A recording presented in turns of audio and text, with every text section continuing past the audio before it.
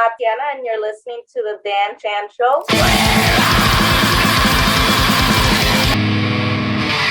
I've got Arelys and Taylor from Now, with that K on the end, it bothers me, right? It's Matiana, isn't it? Matiana. Silent. Exactly. Now, you're here to talk about your black metal band, Matiana. Now, you say that our music will possess you, and without sounding too cliche, I'm quite possessed by it. You know, it's all what we want from black metal. You've released 2 albums, the last one being 2020. Are we expecting something new soon? Did you get busy during the pandemic? What's been happening in the Matiana world? Well, we have a lot of songs that we can make a 3rd album. Hopefully for next year, we can focus on that. This year, we were still, for the past 3 years, we're looking for 2 new members. The pandemic happened and a lot of other stuff happened, so it's hard to find people, but we finally have everybody. So there it is. Probably next year, maybe an album. That's cool. So you've got the product, you're just ready to record it and ready to get it out there. Well, we got like the riffs, guitar stuff. We have to just kind of put it all together, add drums, my vocals, lyrics, stuff like that. Awesome. Rehearse them and prepare for the studio again for our 3rd album. So hopefully next year, if not the following year. I know it's not too far away now. We're getting to the end of the year. Halloween soon, which is cool. Now, how did it all start? You know, you in Chicago tapping into a very Norwegian sound back in 2014, I believe. How did you get to where you are now? Taylor, have you been in there from the start? I know you've had a few lineup changes. So what's the situation? Yeah, I wasn't here from the start. Arelys started the band, so she can speak to that. Yeah, so I started my project back in 2014. So it was a lot of lineup changes, a lot of letting go people, or they left. You know how it is with the bands. Are you difficult to work with? No, I'm not difficult, but I know what I am looking for and want, and I'm not here to babysit grown men. Of course. So I got a vision. I don't want any wasting time. I have a goal to achieve. If they don't want to meet in the middle and go with me, then, you're out. Or other people just were so busy or want to do other things or other projects. So I started in 2014. I wanted to form my band since I was 14. I was 33. I'm 33 now. So... Yeah. I'm a little kid. I don't know. You just get people that play instruments, right?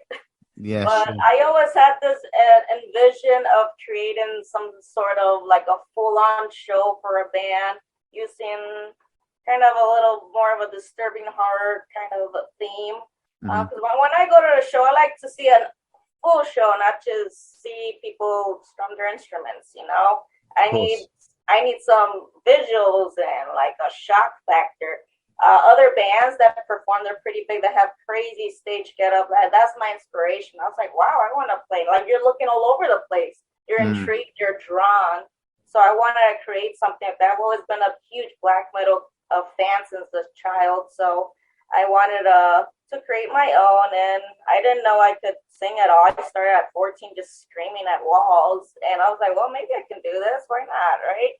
Sure. I mean, who introduced you first, or where did you find out about a very European sound? It's not a traditional American genre is black metal. So how did you get hold of it, and who introduced you to it, if at all? Yeah, my aunt's a metalhead, so I was raised with Emperor, Dark Throne, Mayhem, some of the typical kind of the starter bands.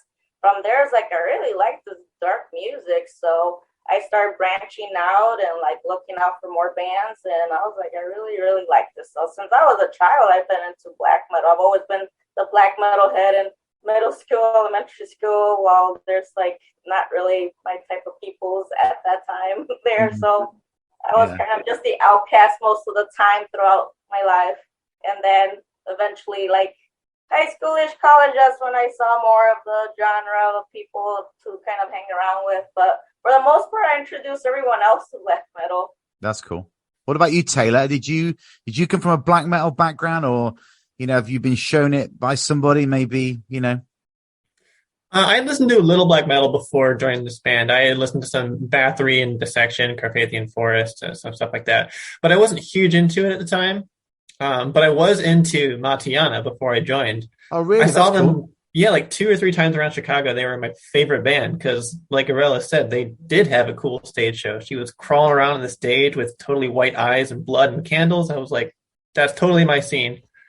So when I found out that everyone else was no longer in the band, I think I was probably the first one to say, I'll join. Yeah, that's cool. And obviously, just going into it, what's the scene like in Chicago? Obviously, I can't imagine there being many black metal bands in a city that's famed for blues. I mean, what other metal bands come from Chicago? Maybe Soil. I can't think of who else we've got. What's it like? What's the scene like now? I mean, the scene's pretty huge here. I mean, for big black metal bands, not really here, but there is black metal bands in Chicago, and we bring one of the biggest shows. There's a lot of rare bands. Chicago's like their first appearance in the U.S. for the most part because we have really big black metal promoters here that draw these like guys from Europe or from far away just to play in our city. So I mean, we have no problem doing shows and bringing black metal people here. They're here. They're just hidden. Then you see them all at a show. Like, where are all these 300 people come from? Yeah. So Taylor, what was it like when you first played with the band? Having been should we say a fan? You know, what was it like when you first got together? Was it like a bit of must have been a cool moment. It was, but I was also intimidated. I thought she was going to kick me out. Because, like, all the other members apparently all quit at once or were kicked out. So I was like, okay, maybe she is hard to work with. But that hasn't been my experience. She's got a vision. She knows what she wants. And I want to follow that. She's the Richie Blackmore of the Chicago black metal scene. Inspiring people, hiring people. That's cool. She knows what she wants. That's the main thing. So the band name, back to you. So, I mean, explain it. It's quite a dark meaning behind the name. How did you come across it? You're quite well read, aren't you? You like your history. You like your evil shit, you know? Yeah, so I wanted to look for like a one-word band name that's not been taken and it's meaningful. I'm into a lot of mythology, so I'm more like, well, instead of just Greek mythology, what else is out there? So I started looking up different countries. I'm like, I wonder if Indonesia has something. So I looked it up. I'm like, what's a Matianak? So that's the original name for what Matiana is, which is similar. Matiana means death of the child. So basically the folklore behind it is a woman that died from stillbirth, and then she resurrects from this vampiric witch, and then she basically victimizes men and all this stuff. It's like a folklore witch ghost type of chick. So I'm like, that kind of resembles me. And the name sounds pretty evil, like Matiana. I was like, this is the band's name because I don't see it anywhere and it's not been taken. I'm like, I am surprised. It is a movie though, but it's not a band. I did see that, actually. I did see that. Just going back to the band, I don't complete the question, really, with regards to there's the two of you here. Who else is in the band? Or is it more of a revolving door? Yeah, we have a drummer, another guitar player, and bass player. We're a 5-piece, but the other guys are working at the moment or out of town, so they couldn't join us. So when, say, for example, imagine we're going to fast forward a year. You've got a new release. You've got your third album out. Is it you on the cover? Are you going to do a No Doubt thing? Or is it all 5 of you? Well, for the new one, I'm not sure yet. I kind of create all the stuff, but the other album's been me. You can't really tell it's me, but it's me, and I just edit it. Yeah. For the third one, I haven't thought of it yet. And it takes me a while to kind of think of what that can be, because it just depends of the songs and what I'm trying to accomplish with the album to make it into an artwork itself. So I try to recreate all the songs, what they're about, and then create the cover of it. So I don't want it to always be me because I want everyone involved. But at the moment, I'm creating everyone's costumes and like stage look. Then we can do maybe a band thing or maybe just photography of something that means what the songs and the album's about. Cool. So it's quite clear, you know what you want, you know the image and everything, and you like to move and disturb the listener with the visions and the lyrics. How much fun is it to do that, to create this character and the stage and everything? Is it fun, should we say? It is fun. I love the shock factor and they're just hypnotized when I play. It's like everyone's just hypnotized. Like they can't even walk away if they wanted to.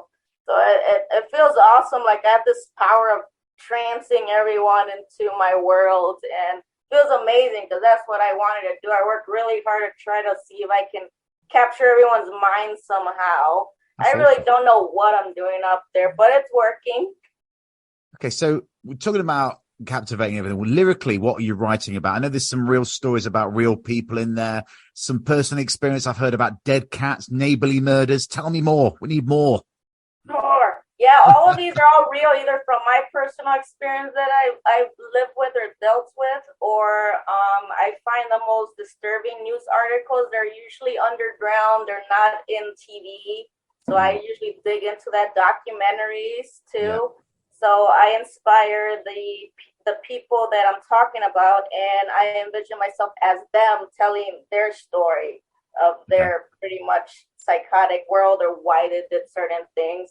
Either serial killers, there's mental illness, and there's paranormal stuff that happened to me at work, which is about the cat, domesticated Is this the woman? sacrifice. Is it cat in a bag that woman's walking around with? Right. Yeah, that happened at work. A lady actually came inside my job with a dead cat in the bag, and she was chanting that Satan killed her cat, and the white witches beat it to death, and all this crazy stuff. So I'm basically her chanting that over and over because she, I guess, was crazy, and she left with it. It was the most weirdest thing, but I was like, I'm making that into a song. Like, when does that happen? So you like there? Tell me more about this dead cat. You like that? Writing the notes down, please. I've got a song in this. There's a song in this.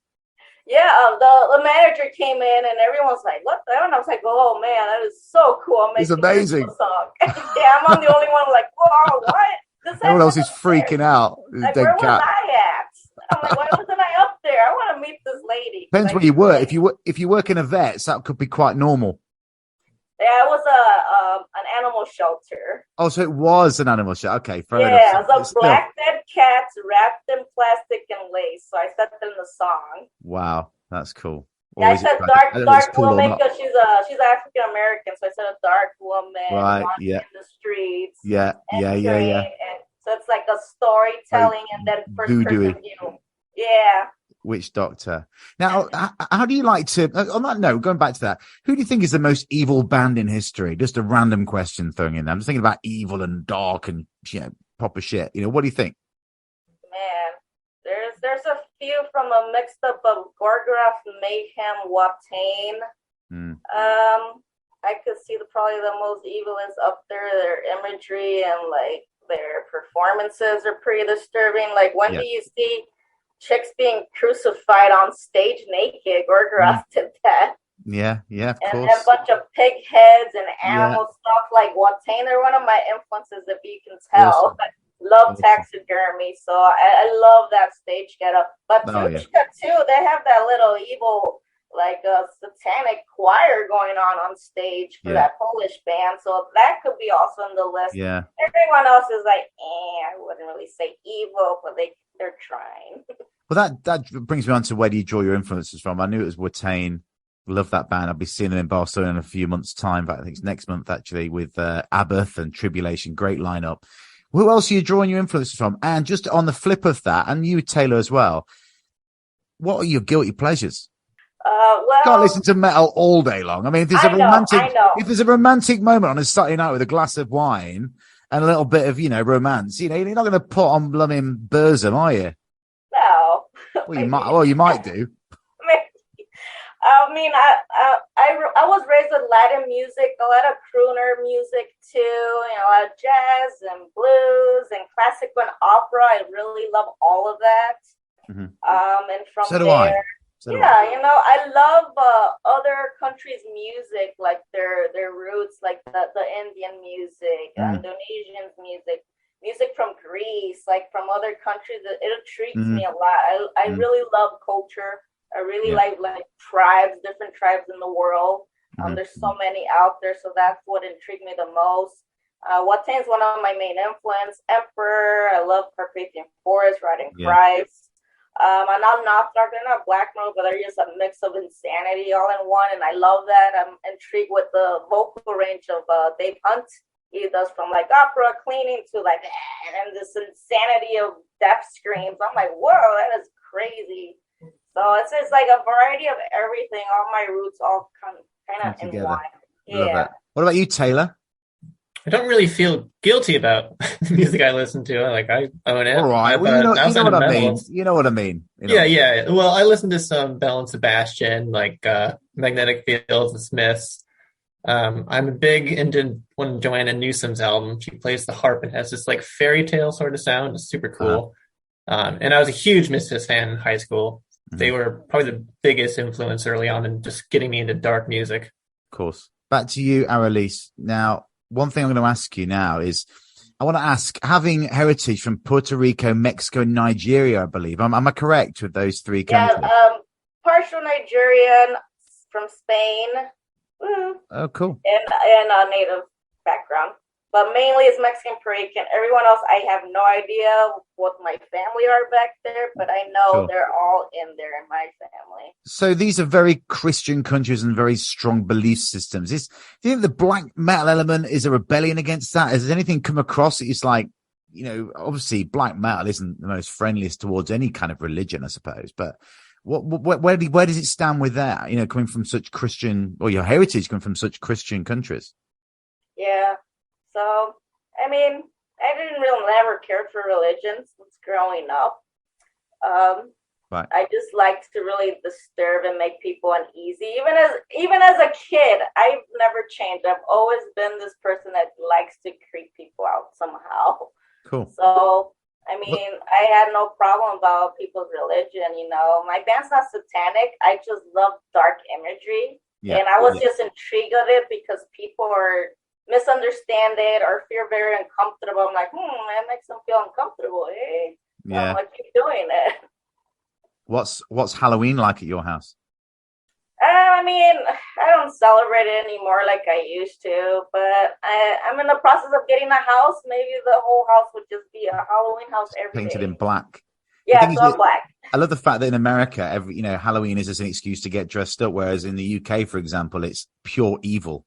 You don't get dressed up as like, I don't know, Marilyn Monroe on Halloween. It's like all or princesses. No, it's none of that. It's straight down the line. You know what I mean? It's like your background will be the setup in someone's yard. You know what I mean? That's what we're talking about. It's so weird. I think it was more fun when I was younger. I'm just too old for that. I'm like, I don't feel like walking around and getting candy. Just have a glass of red wine and light some candles or something. Yeah, and call it a day. It's a regular day for me. I could make Halloween any day I want. I'm like, hey, I feel like dressing up. I'm gonna go walk around. Of course, every day's Halloween. So, I mean, how's your family with it? With such strong heritage, are they supportive? Do they know about it? Do they care about it? Do they come to shows? What's the situation? I don't really talk to my family, but at first I didn't support it. My mom was supporting me, was going to shows, even wearing like bone necklaces and stuff like that. So they all support me. My sisters think I'm famous, and I'm not. Yeah. She's little. She's like 16 right now, and the littlest one is like 12.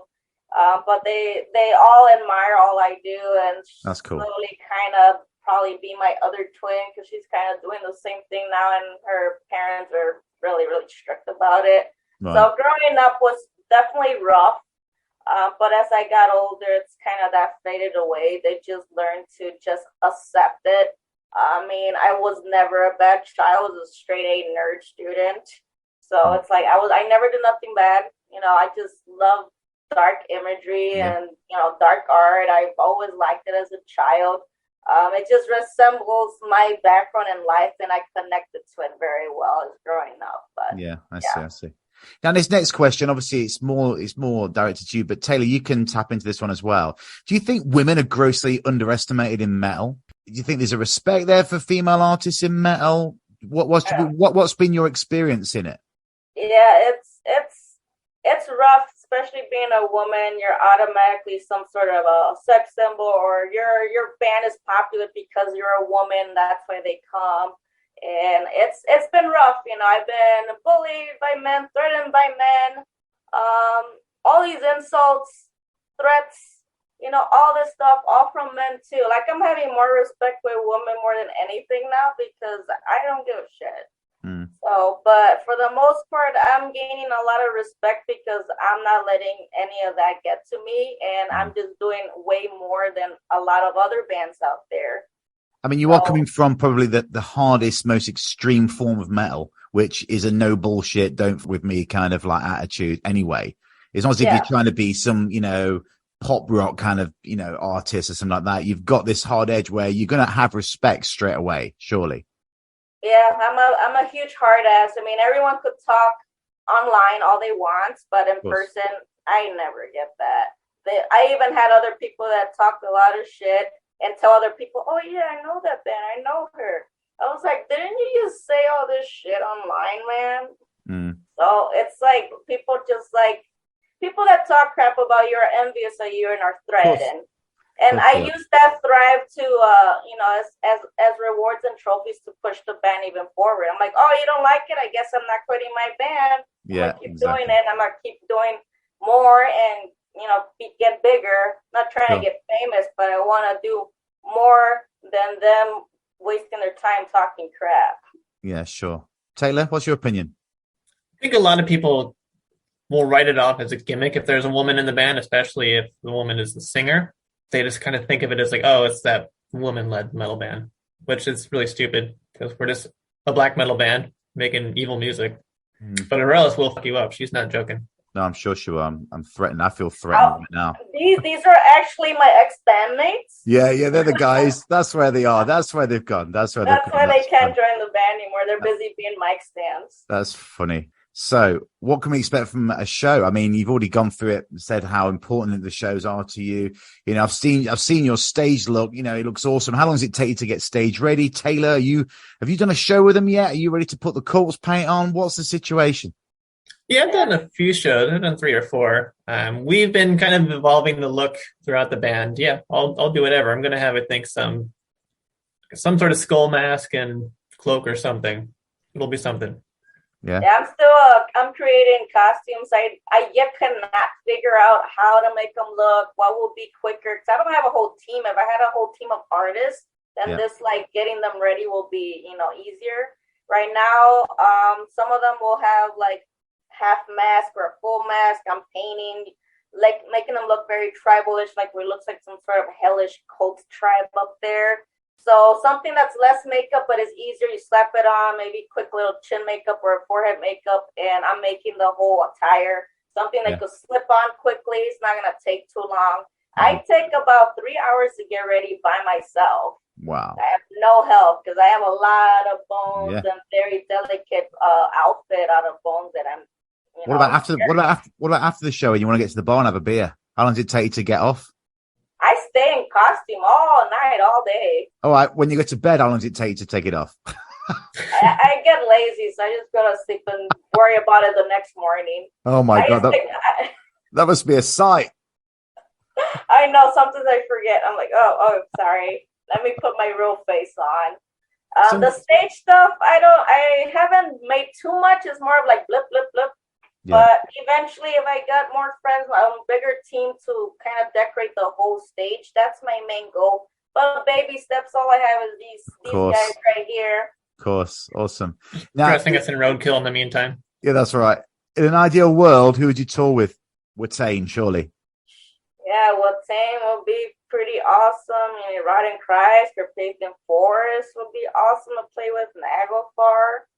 Any band from the European area. Yeah. Pretty much. I bet you'd love to get over to Europe, right? Yeah, I would love to. I've never been there. That's my dream and goal to go, even to visit and just sit on a mountain and be like, I made it. Amazing. The Europeans have the same thing about going to America, though, so it's the same. Nothing special here. No, it's the same. Buildings. The good thing about Europe, there's so much culture crammed into such a small area here. It's just I love nature. There's not much nature unless you go over an hour, 2 hour away from here. There's your nature. It's and then in Europe, you go outside and you're surrounded by nature, not by a bunch of buildings and loud people arguing every 5 minutes. So bands, we're coming to the end now. What's on the band's bucket list? Aspirations, etc. You can be realistic. You can be whatever you want in an ideal world, or you can go crazy. What is it? What do you want to achieve? I just want to spread my vision, my project everywhere possible. Reach other fans and followers. Still staying underground. I don't want to be up and there's this band. I want to slowly just kind of wean out there and travel the world. Just kind of, spreading the word. Show everyone that, little Latina me could do all of this shit, and so can anyone else. Hopefully, inspire the younger crowd, more women to not be shy and just do it too. Exactly. What about you, Taylor? What about your aspirations? I'd love to play in Europe or Japan. That'd be crazy. I've never been there. But also, I want to get one of our albums pressed on vinyl, just because Nice. I collect that shit, and I haven't had that yet. So, what is one thing you think everyone should try at least once? This is for both of you. Taylor, you go first. Well, I won't say acid because some people that can bring out latent mental illness, but Acid. yeah, if you feel safe. What about you, Arelys? Definitely, I will say pozole, which is a Mexican soup. Oh, really? Yeah, Is it's it hot? it's hominy pork in a spicy soup, and it's amazing. You can put like 20 garnishes in there, and it will blow your mind, especially if you like spicy pork soup. Awesome. And one last question. What one track do you think sums the band up the best? If an alien came down from another planet and you had to play one track to say, this is what we do, what is it going to be? I will say probably ceremonial blood ritual. Love that track. So cool. Guys, thanks so much for joining me on the show. Good luck with the future. I'm looking forward to hearing more soon. Please give us some more. It's gonna come. Thank Thanks you. for having us. It's a pleasure.